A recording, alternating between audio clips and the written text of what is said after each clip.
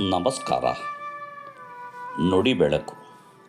ಅಭಿನವ ಗವಿಸಿದ್ದೇಶ್ವರ ಸ್ವಾಮೀಜಿ ಗವಿಮಠ ಕೊಪ್ಪಳರವರ ಲೇಖನ. ದ್ವೇಷ ಬಿಡಬೇಕು ಮನುಷ್ಯ. ಮನುಷ್ಯ ಭೂಮಿಯ ಮೇಲೆ ಸಂವೇದನಾಶೀಲನಾಗಿ ಬದುಕಬೇಕು. ಮನುಷ್ಯ ಭೂಮಿಯ ಮೇಲೆ ಇಡುವ ಪ್ರತಿಯೊಂದು ಹೆಜ್ಜೆ ಹೇಗಿರಬೇಕು ಎಂದರೆ ಹಡೆದ ತಾಯಿಗೆ ಮುತ್ತು ಕೊಟ್ಟಂತೆ ಇರಬೇಕು. ಭೂಮಿಯನ್ನು ಪ್ರೀತಿಸಬೇಕು, ಗೌರವಿಸಬೇಕು ಅಂತೀವಿ. ಆದರೆ ಹಿಂಸೆಯ ಗುಣ ಮನುಷ್ಯನಲ್ಲಿ ಬೆಳೆಯುತ್ತದಲ್ಲ, ಯಾಕೆ? ಇದನ್ನು ಸ್ವಲ್ಪ ಕೆಡಿಸಬೇಕು ಅನಿಸುತ್ತಿದೆಯಲ್ಲ, ಯಾಕೆ? ಏಕೆಂದರೆ ನಮ್ಮ ಎದೆಯಲ್ಲಿ ಒಂದು ದೋಷ ಇದೆ. ಅದು ಯಾವ ದೋಷ ಎಂದರೆ ನಮ್ಮ ಎದೆಯಲ್ಲಿರುವ ದ್ವೇಷ. ದ್ವೇಷ ಇರೋದಕ್ಕೆ ಮನುಷ್ಯ ಹಿಂಸೆ ಮಾಡುತ್ತಾನೆ. ದ್ವೇಷ ಎಂದರೆ ಇಷ್ಟಪಡದೇ ಇರುವುದು. ನನಗೆ ಹಿಡಿಸಲಾರದ ವಸ್ತು ಈ ಜಗತ್ತಿನಲ್ಲೇ ಇರಬಾರದು ಅಂತ ಅಂದುಕೊಂಡಿದ್ದೀವಿ. ಆದರೆ ಅದು ನಡೆಯುತ್ತದೇನು? ಉದಾಹರಣೆಗೆ, ನಿಮಗೆ ಮಧುಮೇಹ ಬಂದಿದೆ ಅಂದರೆ ನೀವು ಮಾತ್ರ ಸಿಹಿ ಬಿಡಬೇಕು. ನನಗೆ ಶುಗರ್ ಬಂದಿದೆ ಅಂತ ಜಗತ್ತಿನಲ್ಲೇ ಶುಗರ್ ಇರಬಾರದು ಅಂದರೆ ನಡೆಯುತ್ತದೇನು? ನಮಗೆ ಆಗಲಾರದ್ದು ಜಗತ್ತಿನಲ್ಲಿ ಬಹಳ ಇದೆ. ನಾವು ತಡ್ಕೋಬೇಕು ಅಷ್ಟೆ. ಕೆಲವು ಜನಕ್ಕೆ ತಮಗೆ ಹೆಣ್ಣು ಹುಟ್ಟಬಾರದು ಅಂತ ಇರುತ್ತೆ.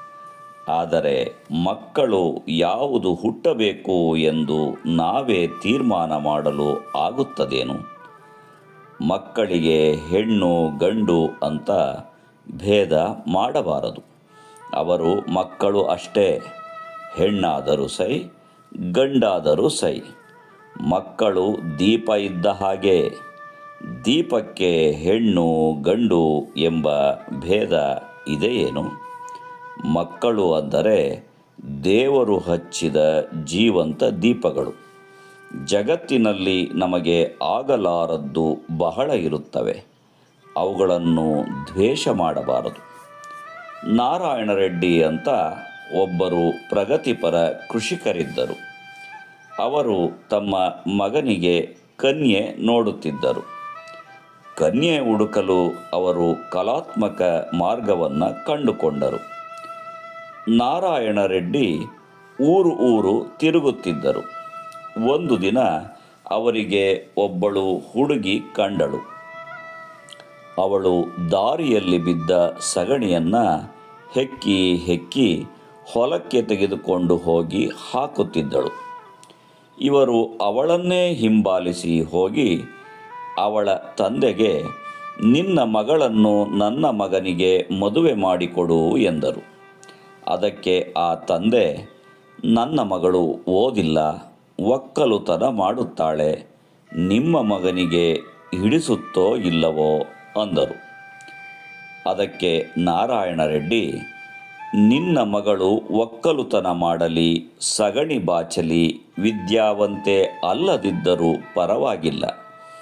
ಯಾವ ಕೈಗಳು ಸಗಣಿ ಬಾಚುತ್ತಾವಲ್ಲ, ಆ ಕೈಗಳು ನಮ್ಮ ಮನೆಯ ಅನ್ನದ ಬೋಗುಣಿ ತುಂಬಿಸುತ್ತವೆ ಎಂಬ ಭರವಸೆ ನನಗಿದೆ ಎಂದರಂತೆ. ಇಂತಹ ಭರವಸೆ ಮನುಷ್ಯನಿಗೆ ಇರಬೇಕು. ಬ್ಯಾಡಗಿ ಊರು ಮೆಣಸಿನಕಾಯಿಗೆ ಬಹಳ ಫೇಮಸ್. ಅಲ್ಲಿ ಜನ ಮೆಣಸಿನಕಾಯಿ ಬಹಳ ಘಾಟು ಇದೆ ಅಂತ ತಿರಸ್ಕಾರ ಮಾಡಿದ್ದರೆ ಅದು ಮೆಣಸಿನಕಾಯಿ ರಾಜಧಾನಿ ಆಗುತ್ತಿತ್ತೇನು? ಮನೆಯಲ್ಲಿ ಸಂಪತ್ತು ತುಂಬುತ್ತಿತ್ತೇನು? ಅದಕ್ಕೆ ಜಗತ್ತಿನಲ್ಲಿ ನಮಗೆ ಇಷ್ಟವಾಗದ್ದು ಇದೆ ಎಂದು ತಿರಸ್ಕಾರ ಮಾಡಬಾರದು. ಸಹಿಸಿಕೊಳ್ಳಬೇಕು. ದ್ವೇಷ ಮಾಡಬಾರದು. ನಮಸ್ಕಾರ. ಧನ್ಯವಾದಗಳು.